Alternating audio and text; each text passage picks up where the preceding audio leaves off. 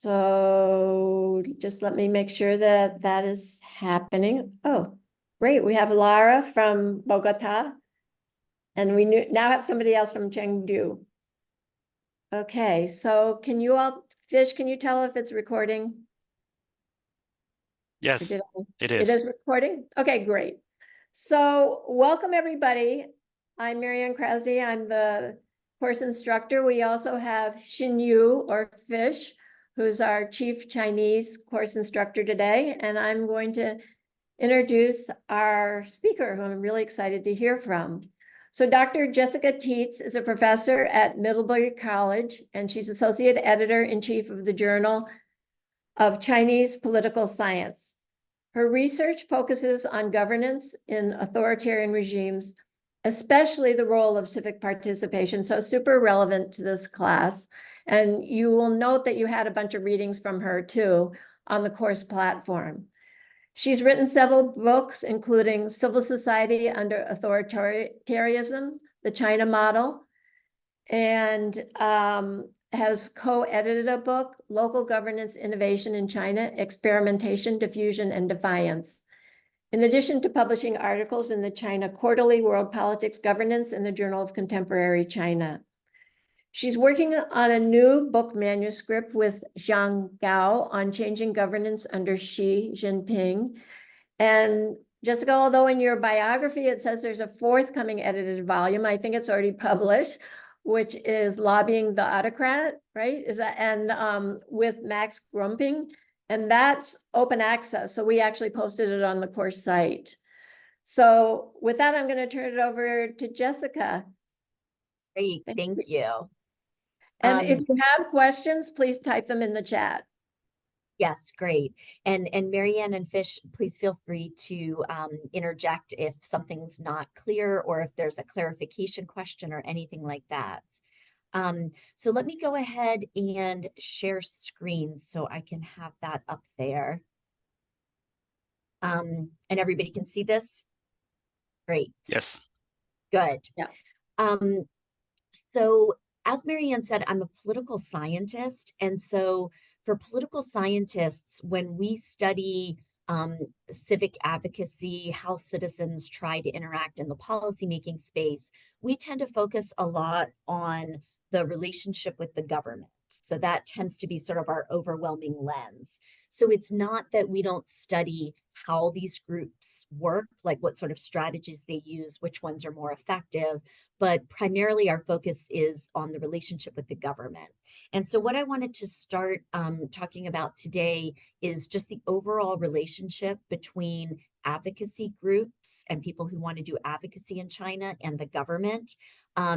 And I'm going to talk about the overall legal structure and relationship with the government, but all of my examples will be drawn from the environmental advocacy space.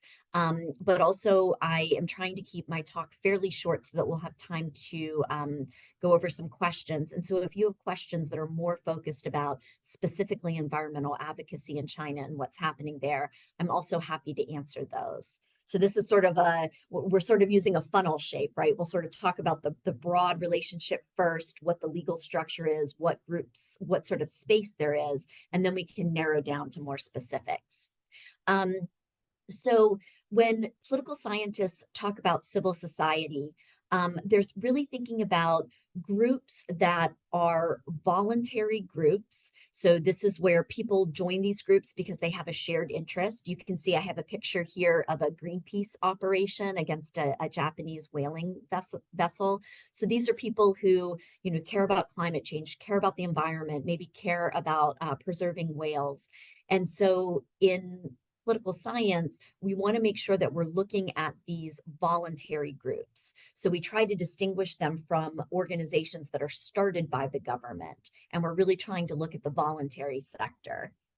And the problem for political scientists is that oftentimes when we're studying advocacy inside of authoritarian regimes, we wonder if there is such a space inside of these authoritarian regimes, right? So oftentimes we think about how authoritarian regimes repress independent social advocacy, right? And so if people organize to hold a protest, is that then repressed? Is that protest then shut down? What happens? And so that's typically the way political scientists think about civil society. It needs to be completely voluntary and separate from the state. But because it's completely voluntary and separate from the state and a point of mobilization for citizens, sometimes authoritarian regimes feel threatened by that. And so they might repress or discourage that type of activity. So what does this look like in China?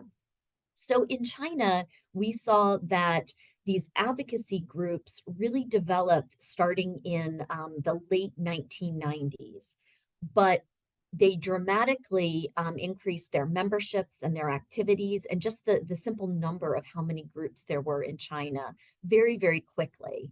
So, you know, in 1995, we saw that there were only a few groups that were civil society groups in China, these sort of voluntary groups that brought people together over shared interests.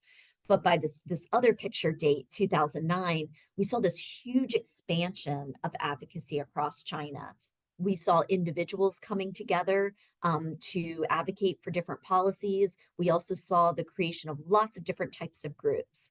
Sometimes these were international branches that were just in China, so like Greenpeace in China, but oftentimes these were domestic groups that didn't exist anywhere else in the world, and they were simply formed because of people's interests.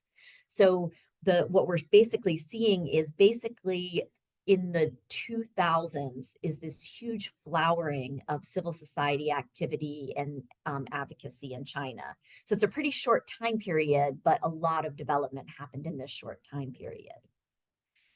So if you look at this chart on the left, this is just showing the number of registered organizations. And so this just gives you a visual representation of the story I just told you, right? Sort of this dramatic flowering of civil society activity, the creation of all types of NGOs. Now, the dominant type of NGO that we see is focused on the environment. So that's the largest category inside of this expansion.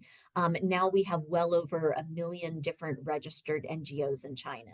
So that sort of bar graph just sort of continues to spike upward, such that people have called it an associational revolution, right? Where we went from very, very low numbers to just, you know, over 1 million different groups. And the way that we think then, remember, I'm a political scientist, so I have to bring in the relationship with the state. That's our big focus.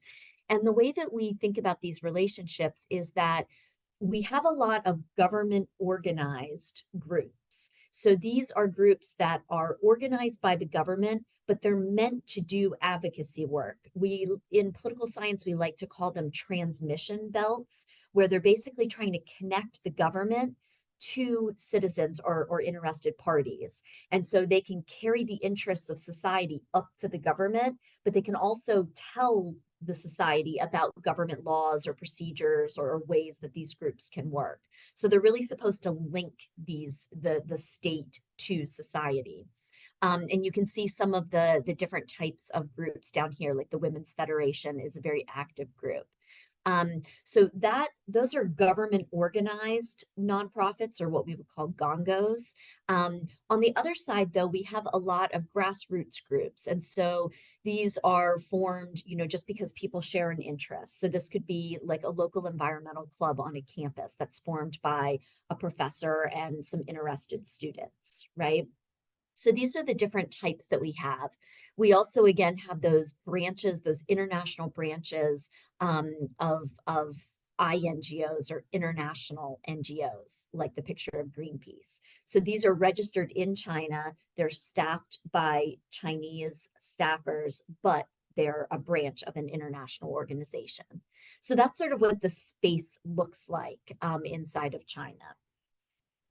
So as political scientists, how do we talk about this? Well, one thing we want to return to is that question of autonomy, right? So as political scientists, we're really interested in, are these groups actually voluntary groups of citizens who've come together to advocate for shared policy goals?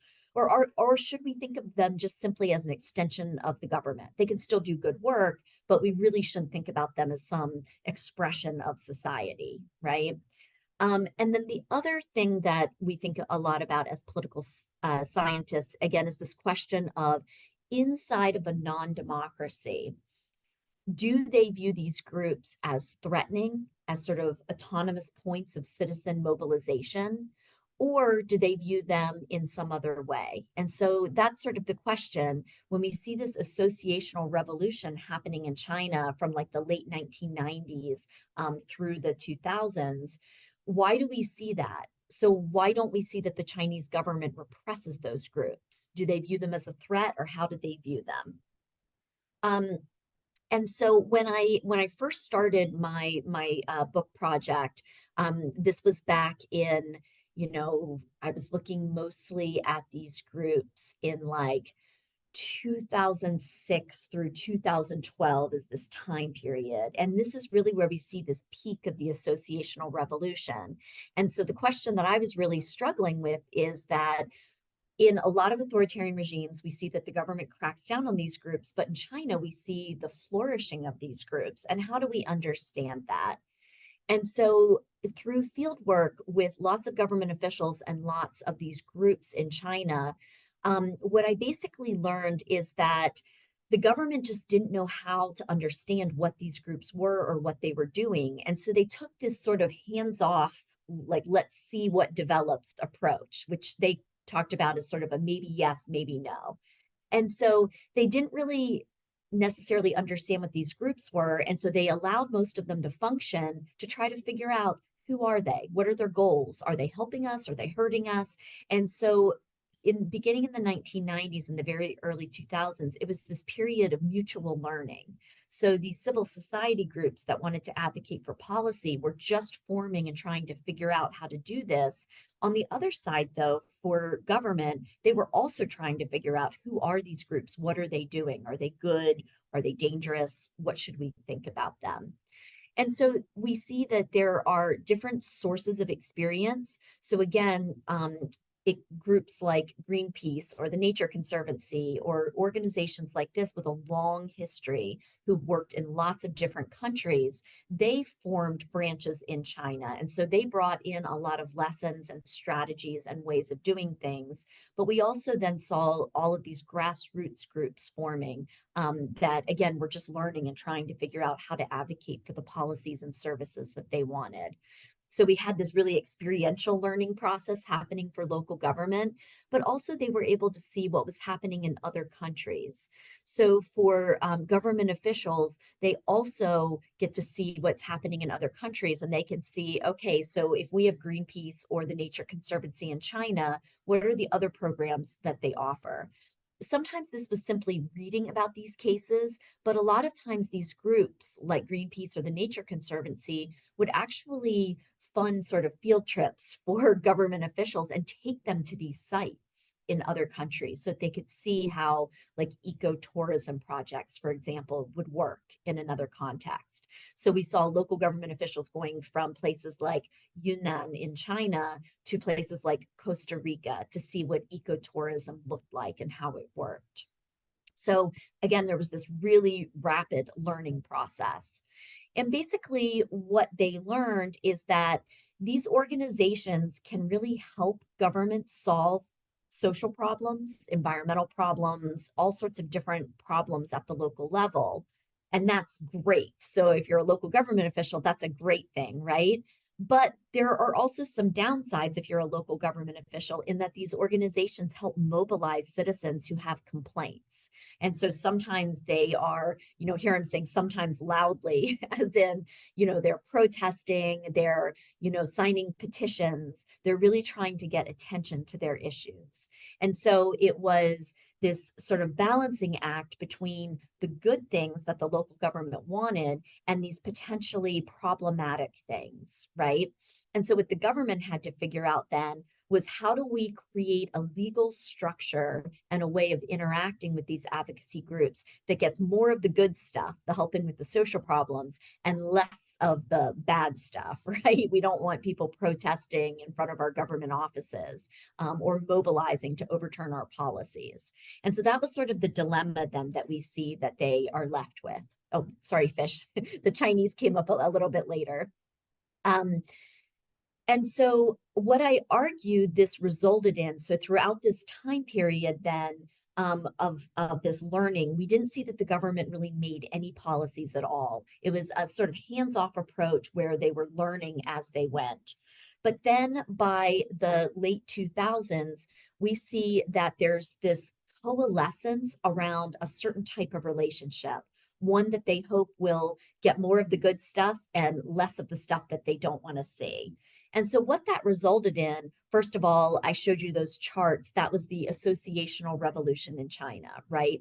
So, growing numbers of groups that are becoming active in all sorts of areas, disability policies, education, environment is still the largest area where we see lots of groups who are active, but increasingly, in almost every area of social policy, we see these groups forming and advocating for policies and services that they think the government should provide. So it creates this really pluralistic policy space where local government are still policymakers, but local groups are all the time trying to meet with them and give them their policies. They're drafting their own versions of laws that they want the government to adopt and sharing them with the government. Right. So they're really starting to play this advocacy role for the first time in China.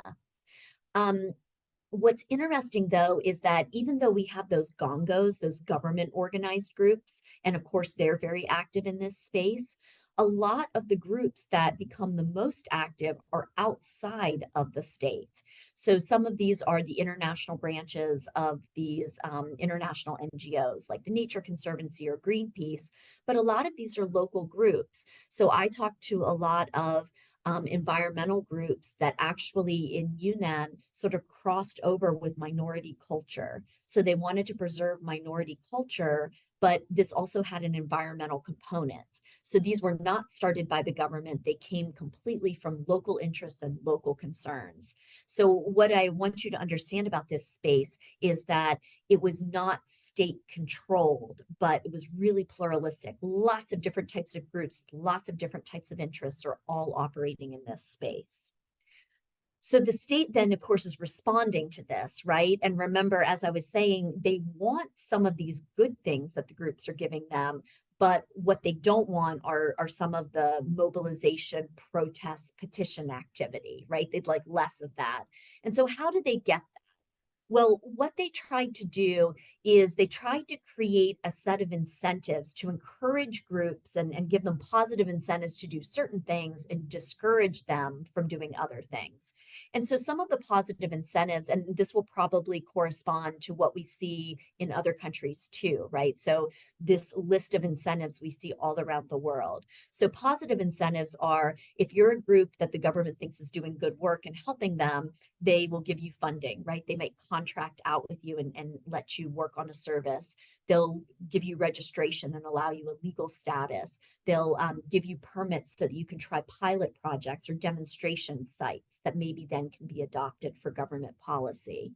But if you step outside of this, and Greenpeace is a great example here, if you step outside of this and you help groups organize protests or writing petitions or things that the government doesn't like, you can all of a sudden find the police visiting your offices to ask you to drink tea with them, right? And what they're going to do is warn you away from those things. And we also see a lot of activity around taxes. So because these organizations don't have a legal tax status, oftentimes the founder of the organization takes all the donations for the group and keeps it in a private bank account, their private bank account, which then opens them up to these sort of tax fraud charges. So that's a negative incentive, right? You sort of step off from what we'd like to see you doing, and we will threaten you with these things until you step back on the pathway. But what we don't tend to see are very many cases of complete repression where groups are closed down and founders are jailed. If you look at what this looks like in China each year, there are very, very few instances of complete repression. Instead, what we tend to see is more of a sophisticated tool set where the groups that are performing well, we give them lots of positive incentives. We help them grow very large. We help them become really active. The groups that we don't like what they're doing, we keep using negative incentives, but we hold out the positive incentives and say, if you could adapt your programs to things that would help the government, we have all of these things that we can give you that would help you grow.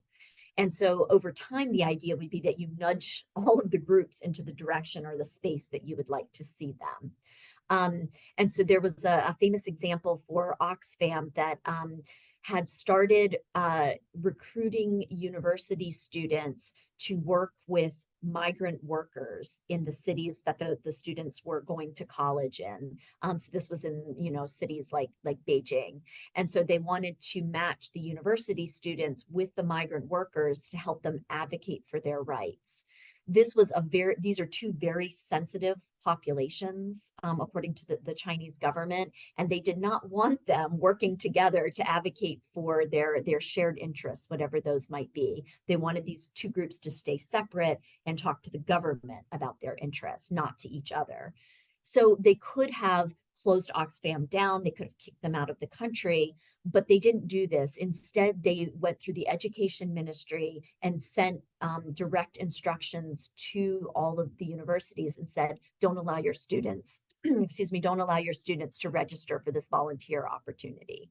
And so Oxfam eventually gave up the program because their recruitment rates of college students were so low that it wasn't a viable program. And it was only later that they realized that they didn't get enough students because the government had stepped in to say, don't allow the students to sign up for this opportunity. So I want to use that example just to show you that the government had the ability. I mean, Oxfam's an international group, right? So the government had the ability just to kick Oxfam out of the country. But they didn't do that because Oxfam does a lot of great work around poverty alleviation, which the government supports and actually gives Oxfam funding for poverty alleviation programs. So this is just an example to show you that this isn't a case of we're just going to repress these groups, but more of a case of how do we get these groups to work with the government on government programs and step away from the areas that we think are too sensitive. So this is sort of where we end up, by like 2014, 2013. And then what we see is a new administration. So the civil society story that I was telling you, sort of the formation of these groups and how the government was learning about these groups, that all happened under one administration, the Hu Jintao presidency in China. So when Hu Jintao retires and a new president takes over, Xi Jinping, he takes over between 2012 and 2013. And so this is sort of the next phase that I wanted to talk about with you. And so what we see is that when Xi Jinping takes over, he says, we don't really have any laws in this space. Everybody's operating in this kind of gray space. And so we're going to create the first laws to govern civil society. So there were like state regulations about how groups register, but there weren't really overall, there wasn't a whole series of laws and regulations. And so for the first time, then we see that the first charity law was passed and went into effect in 2017 in China. Now, what was really interesting about this legislative activity is that the government separated out international groups from the domestic groups and passed two separate laws that governed them in two different spaces. And so for these international groups, we've been talking about, Greenpeace in China or the Chinese branch of Oxfam. Groups like that were really put under public security and sort of correspond to what we talked about in the beginning. So for political scientists who say, oh, civil society groups are threatening to non-democracies, that's exactly what we see here, right? So public security then became the part of the state that administered to these international organizations. And they needed to register all of their activities, all of their funding. And if they wanted to fund with or work with these grassroots organizations, they needed to apply for permission. So you can see they've really sort of been walled off inside of China. Now, for the domestic groups, these grassroots groups that we've been talking about, they faced a very different situation. They actually saw the expansion of their space in a lot of areas because what happened was they had a legal status. They could actually create bank accounts for the organization, which took them out of that sort of really risky gray space of, having a private bank account for the founder that also had all of the donations in it. And so they were able to form themselves as legal organizations. They were able to fundraise legally. They were also able to win more government contracts. So the government also created legislation that allowed for local governments to contract out with these grassroots organizations. And so we saw that for a lot of groups, this became their single largest funding source. So this is what we saw then is really that these groups were pulled apart. International groups were put under more of a controlled environment. But for domestic groups, they were really allowed to expand. Everything became easier for them as far as ability to register, ability to get government financing, ability to have a legal organization. So this is what we see then in 2016, 2017. So how has that played out since then? So for the international space, what we've seen is the majority of international groups that were working in China before the law was passed continued to work in China after the law was passed. So we didn't see sort of a widespread fleeing of China by these international groups. But what we saw is that the ways that they worked in China changed. So a lot of them, rather than getting sort of registered offices that would persist for the long term. Instead, what they do is they just file for temporary activities, which means every time they want to run a project, they need to file that project. But so a lot of them have done this instead of setting up representative offices because the bar is lower. So to set up an office, you have to, have a certain amount of money, you have a lot more scrutiny. Just to do a temporary activity, like I want to run a project in a particular place in China, is a lot easier. So again, we haven't seen that groups that used to work in China now no longer work in China. We haven't seen that. But we see that instead of setting up these large offices with Chinese staff, a lot of them actually operate more through existing groups, and these are done through temporary activities. And so what we've seen then is that this law was effective in dividing out the space. So international groups in one area and domestic groups in another. It's not that like in the area of the environment that they don't still all work together, but the situation we saw before 2016 where a lot of international groups funded lots of programs and projects in China, that situation has changed. That funding source has been reduced. And instead we see government funding and also domestic fundraising, right? Like over crowdfunding platforms and other online platforms. That sort of increased to take over that funding space. For anyone who's interested in this, the China file, if you look at their NGO project website, you'll be able to see all of the statistics that have been collected about what these groups are doing, how they're registered, what sort of projects they're doing, all of that information. So on the other side, the domestic groups, what we see is that international financing, like from international foundations and other civil society groups, that sort of funding has declined and government contracts have increased. So a lot of government contracts are doing things like, creating ecotourism sites or preserving wetlands. So when you think about government contracts, don't necessarily think about like just working for the government. A lot of times these are projects that both the government and the organization want. Oftentimes the organizations themselves create these projects and then sort of pitch it to the government to get funding. So government contracts have become the largest revenue stream. But these government contracts have been really challenging for these groups to grow larger because oftentimes they're very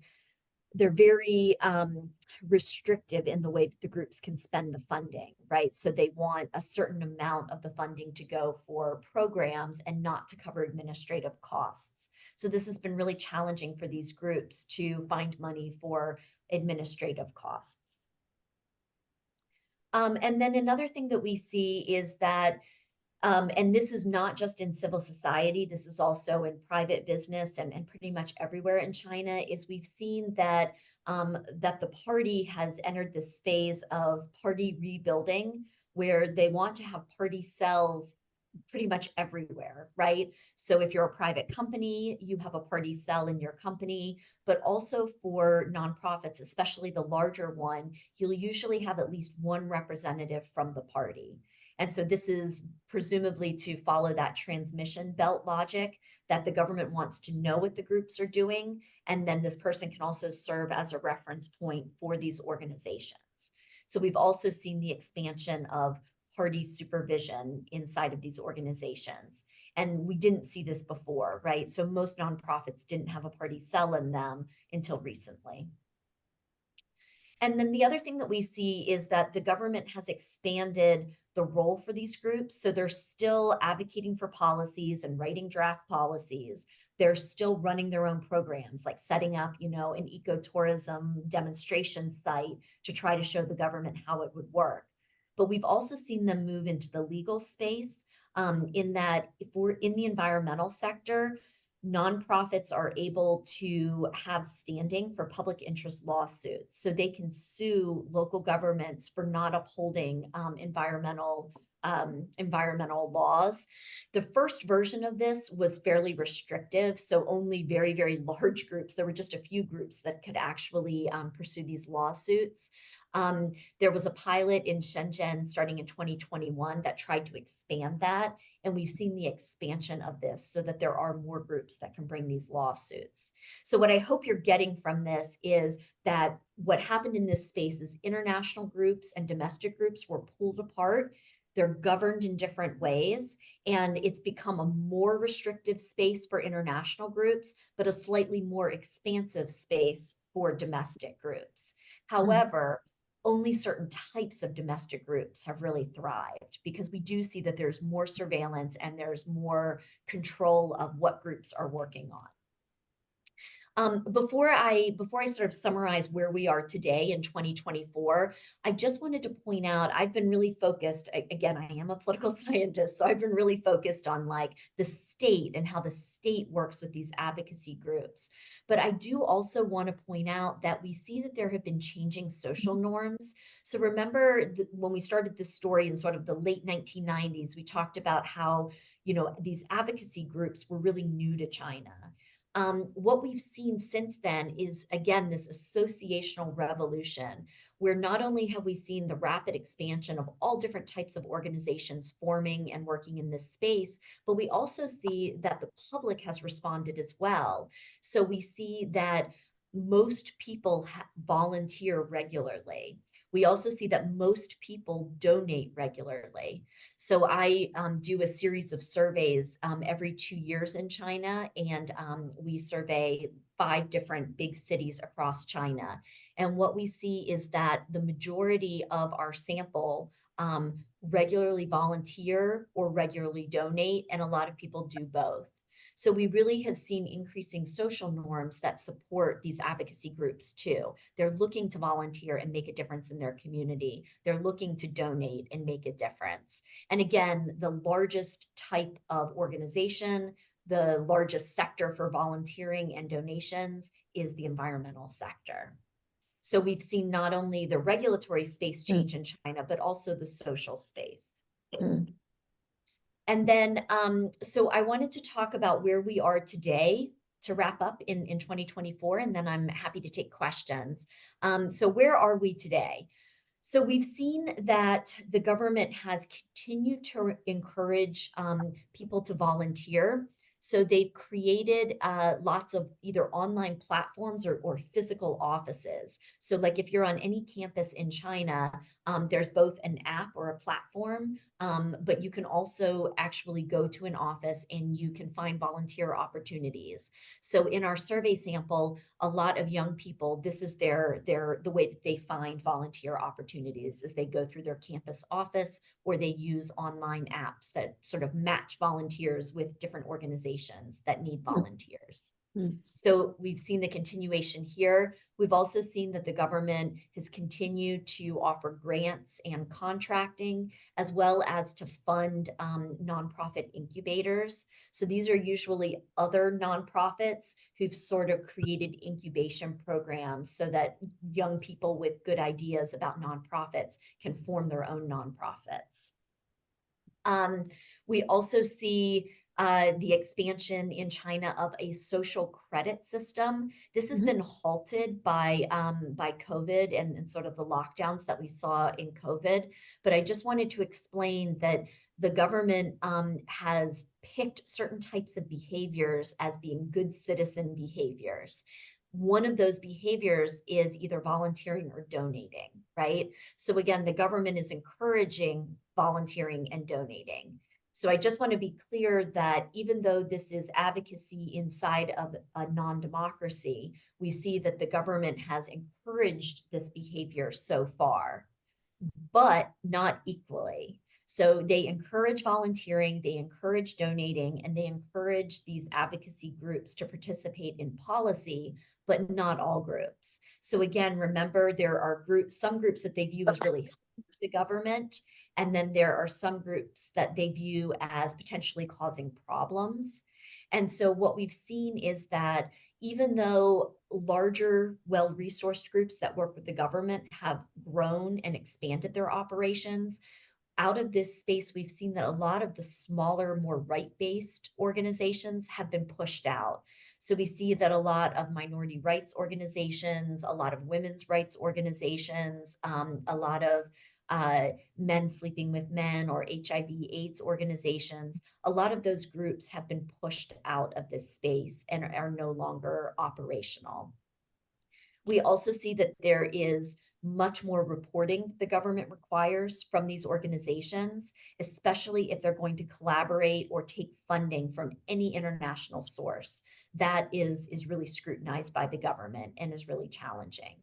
So what I'm trying to sort of sketch out for you is that this is a case where we've seen again an associational revolution. The government funds this area, they support this area. We've seen that society increasingly is volunteering and donating, but at the same time, we've also seen increasing pressure on certain types of groups or certain types of issues. So it's a pretty open and expansive space in certain areas, like the environment is a fairly open space. But if you want to do like women's rights, for example, or like the Me Too movement or something like that, that's a very controlled space. So I hope that's clear and not too complex. But this is what we see. And then when we think about what will this space look like moving forward, China just passed a new charity law, right? So the old charity law, the first of its kind, went into effect in 2017, going into effect on September 5th of this coming year is the new charity law. And my research assistants and I, we analyzed all of the different drafts of the law to see what the main topics were and what the main changes were. And these are the main changes that we see.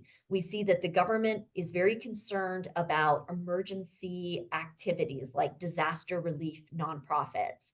These usually serve as a mobilization point because we've seen that if the disaster has let's say that the government, people think that the government doesn't do a good job in responding to it, or that the government has some sort of liability for the disaster in the first place, like building in an earthquake zone.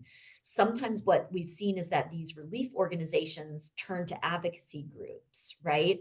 And so we see that there's more control about emergency organizations. We've also seen this focus on online donation platforms where the government wants to have more control. Partially, this is in response to fraudulent crowdfunding, right? Like where somebody will get online and say, my daughter needs a surgery, and then they'll simply steal that money and go on a vacation. But this is controlling the way that these organizations can get funding. But again, my story is always there's more control, but there's also more expansion. There has been expansion in that this new legislation makes it easier for more groups to get access to public fundraising so that they can be on these online platforms and apps and get more public money. And they also have changed the tax code to encourage charitable giving from wealthy people in China or from corporations. So again, it's sort of it's a situation of increasing restrictions on certain types of activities and groups while expanding the opportunities of other types of groups and activities. So this is what we see in China. And so I'll go ahead and stop here and take questions from the audience. Let me get out of stop share so we can see each other. There we go. And so I'll go ahead and take questions from the audience. These can be clarification questions. They can be questions about what I talked about, but also if you want to talk more about the environmental space in China, what activities are happening there, what types of groups are there, please ask those too. Okay, so thank you so much, Dr. Teets. This was really, really interesting and I think very comprehensible. So what I'm gonna do is ask, I'm gonna read a few questions that were posted in the chat. Please keep yourself muted for now. If we have time for people who didn't write in the chat to ask their questions verbally, we'll do that. But we do have 123 people on the call. So I suggest putting your questions in the chat, and Fish, maybe you can look in the chat too to catch some that I don't catch. So the first question came from Imran Khalid, and I think he said where he's from. Maybe you can write it in the chat where you're from, Imran. But he says, Dr. Teets, have you ever observed civil society organizations working together, coalescing on particularly complex issues to counter the government's narrative or policies? If so, what shape does this take? Secondly, does Chinese government involve NGOs in policy and decision-making committees and I think it's forums? Thank you, Imran. Yeah, so let me answer the second question first because I can do that more quickly. So the government does create platforms for civil society to talk to the government. This usually takes place in sort of consultations with the government. So if I use the example that I just showed about the new charity law, that was issued and revised for 3 times before the final legislation passed. And so what the government did was it created an online platform where people could submit reports or make comments about things that they were concerned about. But they also accepted reports from researchers or NGOs themselves about what the legislation should say. And then they also invited in a lot of civil society groups for consultation so they could share their opinions. And so what my research assistants and I were doing is we were tracking what the nonprofits and the researchers who study the nonprofit sector were saying that the law should have in it. And then we looked at each corresponding draft of the charity law to see if those issues were being picked up. And what we found is that the government definitely has its own interests, right, around like emergency relief organizations. But we also saw a learning process where we could see that the reports and the consultations then filtered into the next draft of the charity law.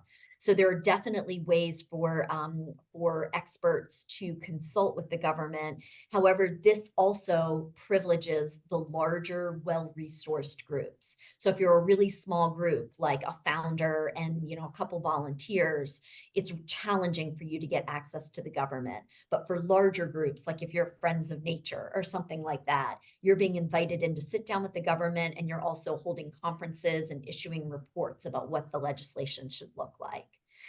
So there are those channels, but and this is not unique to China. The larger, well-resourced groups and groups with good government connections have more access to policymakers than smaller groups. But again, through these reports and conferences, this allows the groups to kind of come together, share their opinions, and advocate with one voice. As far as the civil society groups, we do see a lot of instances where they've come together and advocated for things and have sort of forced the government into doing them over time. So one example that I included on the slides was expanding the ability for environmental groups to sue local governments and polluting firms. So when that passed in the first environmental protection law, it was very restricted. And there were very few organizations that were allowed to file those lawsuits.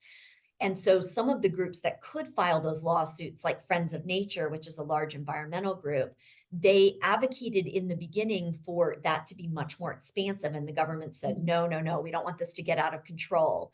But they continued to advocate, and they continued to work with lots of other organizations and bring sort of sample lawsuits where the local group would research the case and then bring in friends of nature to help file the lawsuit for them.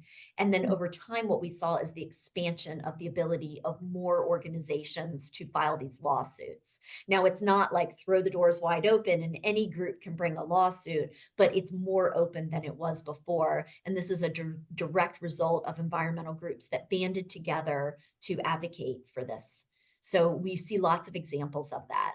I have other good examples, but I know we have a lot of questions, so I'll move on. Yeah, that's great, because Tim Ogenyi asked about the relationship between litigation and other forms of advocacy. So I think you pretty much covered that. I don't know if you have any more to comment on that topic.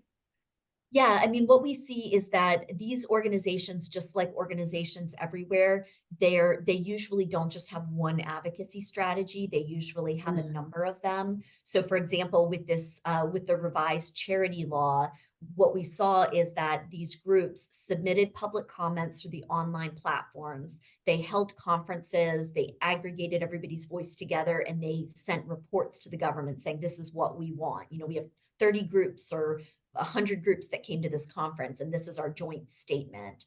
We also saw, though, that they would pursue media publicity on their WeChat or other social media accounts. And then we also saw them privately lobby the government through consultations. And so they're pursuing all of these different types of advocacy strategies at the exact same time. And so I think that's probably pretty similar to what we see around the world, where it's not, most groups don't just have one strategy, but they're trying to pursue a whole group of them together to see what will work. Okay, great.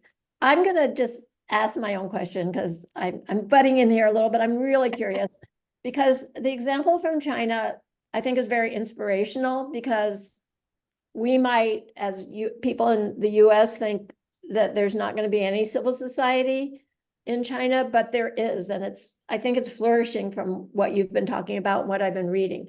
So do you feel that there's sort of, no matter where you live, what kind of government you live under, that there's always going to be this sort of, some sort of civil society advocating for change?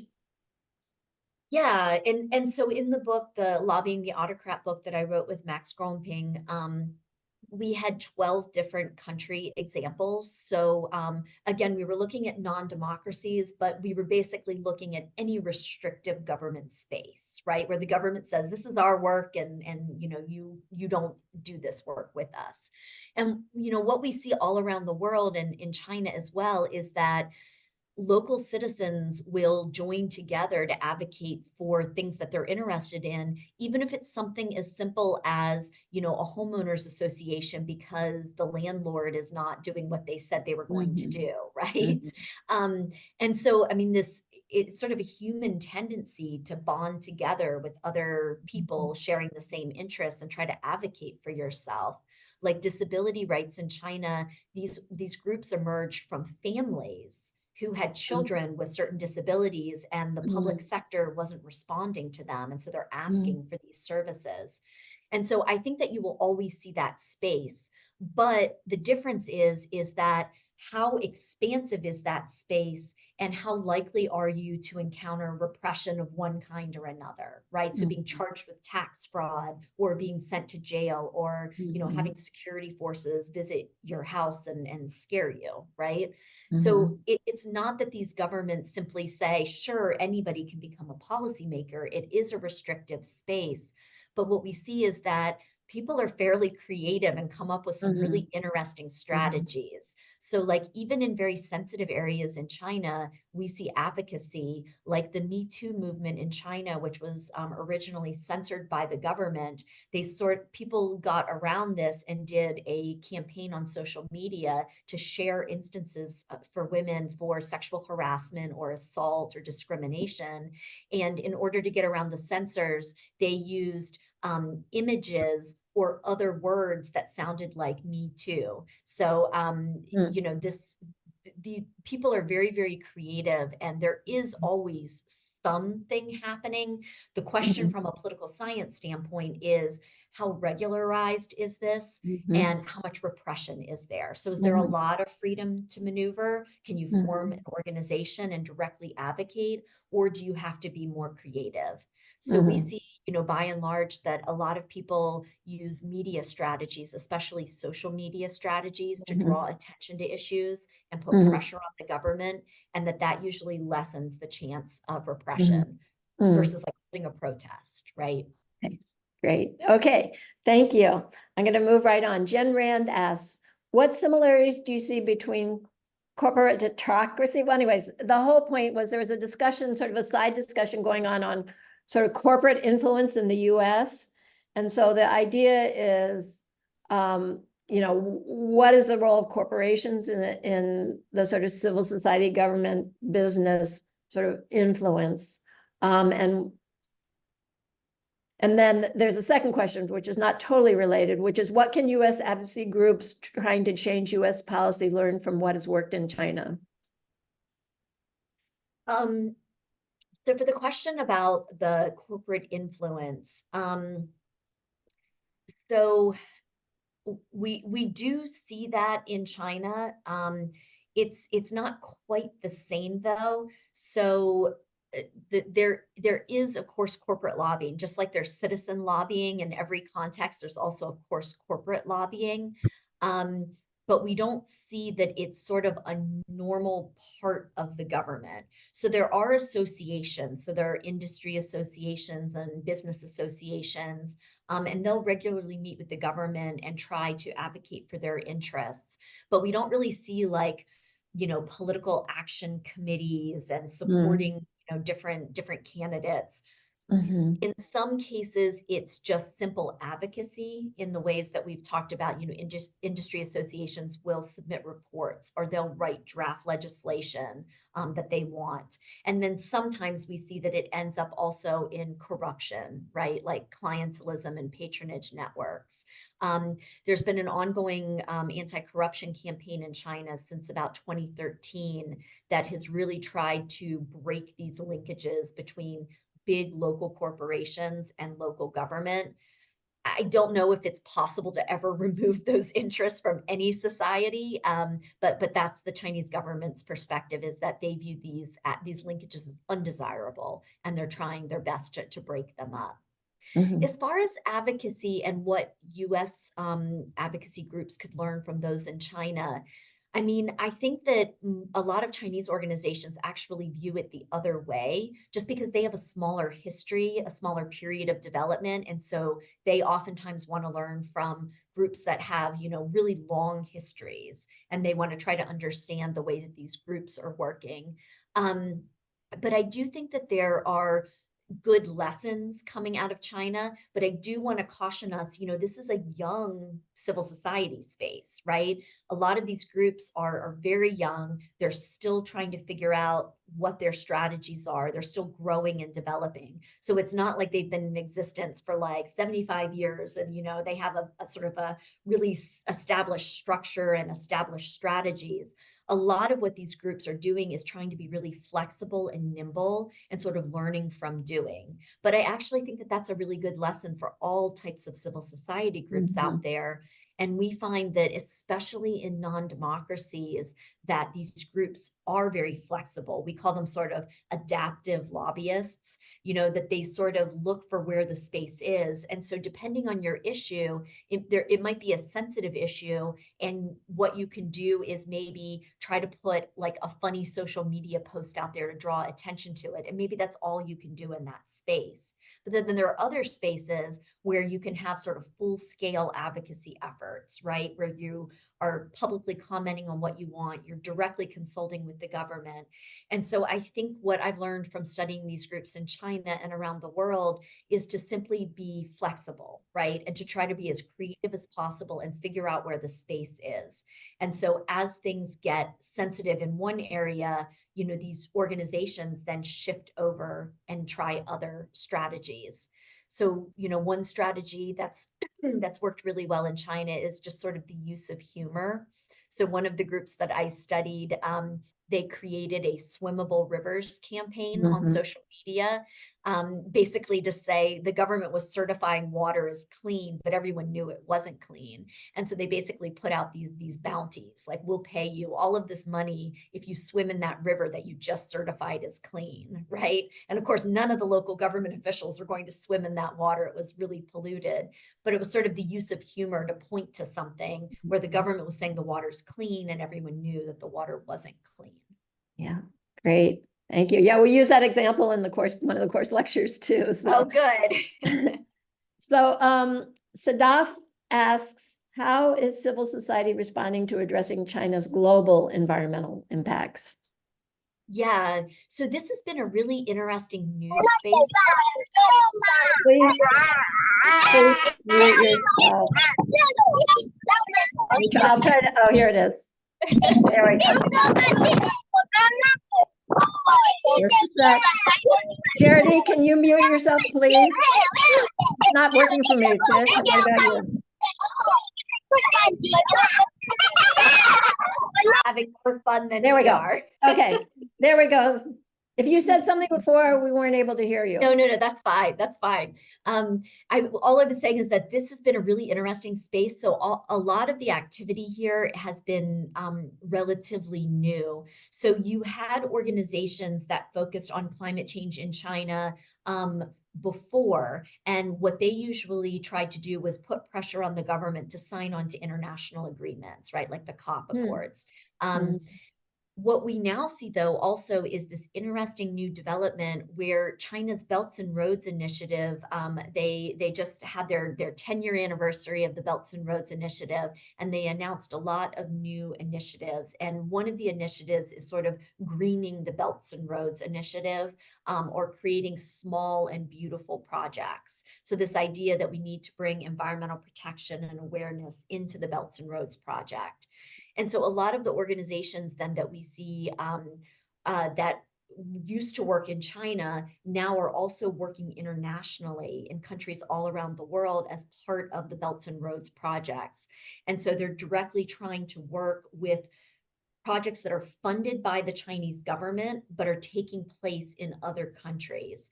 And they're trying to ensure that these projects use the best technology, that they are emission neutral or, going for zero emissions, and that they're sort of small and beautiful, that they take into account all of the environmental activities.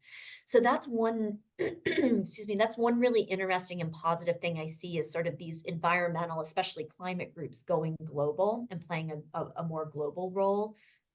The other really interesting area I see is with government contracting. So the government has passed pretty restrictive environmental policies over the last 10 years. But for local governments, they don't know how to take these restrictive regulations and work them into all of their normal things. Like, how do they issue a build permit? How do they determine if a new apartment complex can be built in a certain location? How did they regulate these new tech companies that are popping up?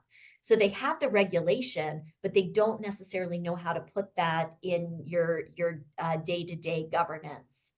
Oh, I'm sorry. Hold on for a second. My computer is saying that it's plugged in. Let me try again. We only have like 1 minute left, so It's okay. you have one more question if you have a minute. Yes, and sorry, let me just finish this very quickly. My plug just got loose. Everything's okay now. And so the one thing that we've seen is that a lot of these environmental groups have taken contracts from the government and they've been writing in the regulations for these environmental rules into the government, like the way that the government normally works. And what's really interesting is because the organizations are writing these in, they've included all of these things that they didn't have to include. So they've included public comment periods. So before permits are given to new factories or new builds, there's a public comment period where like civil society groups or interested neighbors can come in and directly address the government and give their concerns. And so this might be sort of a small way, but we see increasingly that these environmental regulations and civil society advocacy are creating channels where more and more people can share their concerns with the government. So these are two really new, interesting areas. Mhm. Well, thank you so much, Jessica. It's 10 o'clock. We do have one really good question. Do you mind Let's staying on take it. another minute? Yeah. And if anybody needs to leave, they can leave. Also, remember, for the Chinese speakers, you can stay on, and Fish will be leading you in a Chinese language discussion.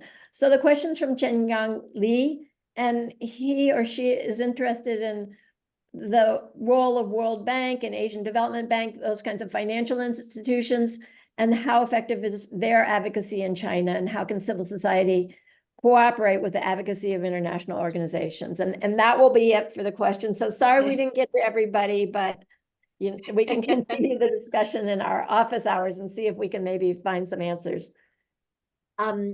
So for the Asian Infrastructure Investment Bank, the AIIB, and the Asian Development Bank, the Asian Development Bank is out of Japan, but funds a lot of projects in Asia. And they are increasingly working with civil society groups in the ways that I talked about through the Belts and Roads Initiative. So they do usually have a component written into all of their projects that there's an environmental impact assessment done. And so this then offers, community consultation and a space for people to bring up concerns. So that's usually mandated in the early stages of each project. And then they also usually mandate that there's extensive outreach to citizens in the area, to nonprofits. Now, does that advocacy or those concerns, does that actually change any of the projects? I think that that's sort of the bigger question. So the processes and procedures that are being followed do include roles for citizen feedback and civil society group input. But the question is, does that really change anything in any meaningful way? A lot of the organizations that I've talked with find that they are able to have small amounts of influence. Like if it's a hydroelectric project, building a new dam, for example, they're able to find that they're able to say to the company building the project, you have to include these sort of baffles that allow the fish to swim upstream, or you have to have a way to let sediment drain out of the bottom of the dam instead of getting trapped behind the dam so that you don't hurt farmers downstream. So they are able to get some changes that do make these projects better, but I haven't really seen any instances where their feedback has completely stopped a project. So it's more like the feedback is taken into account to make the projects better. But that's mostly what I see in those sort of huge infrastructure funded projects. Great. Well, thank you so much, Jessica. Super clear and yeah, very elucidating discussion. Really helped me understand a lot about what's going on in China, and we can sort of apply that or adapt it to other countries. And so with that, Fish, do you want to kind of take over? Yes, that was fascinating. Thank you so much, Jessica.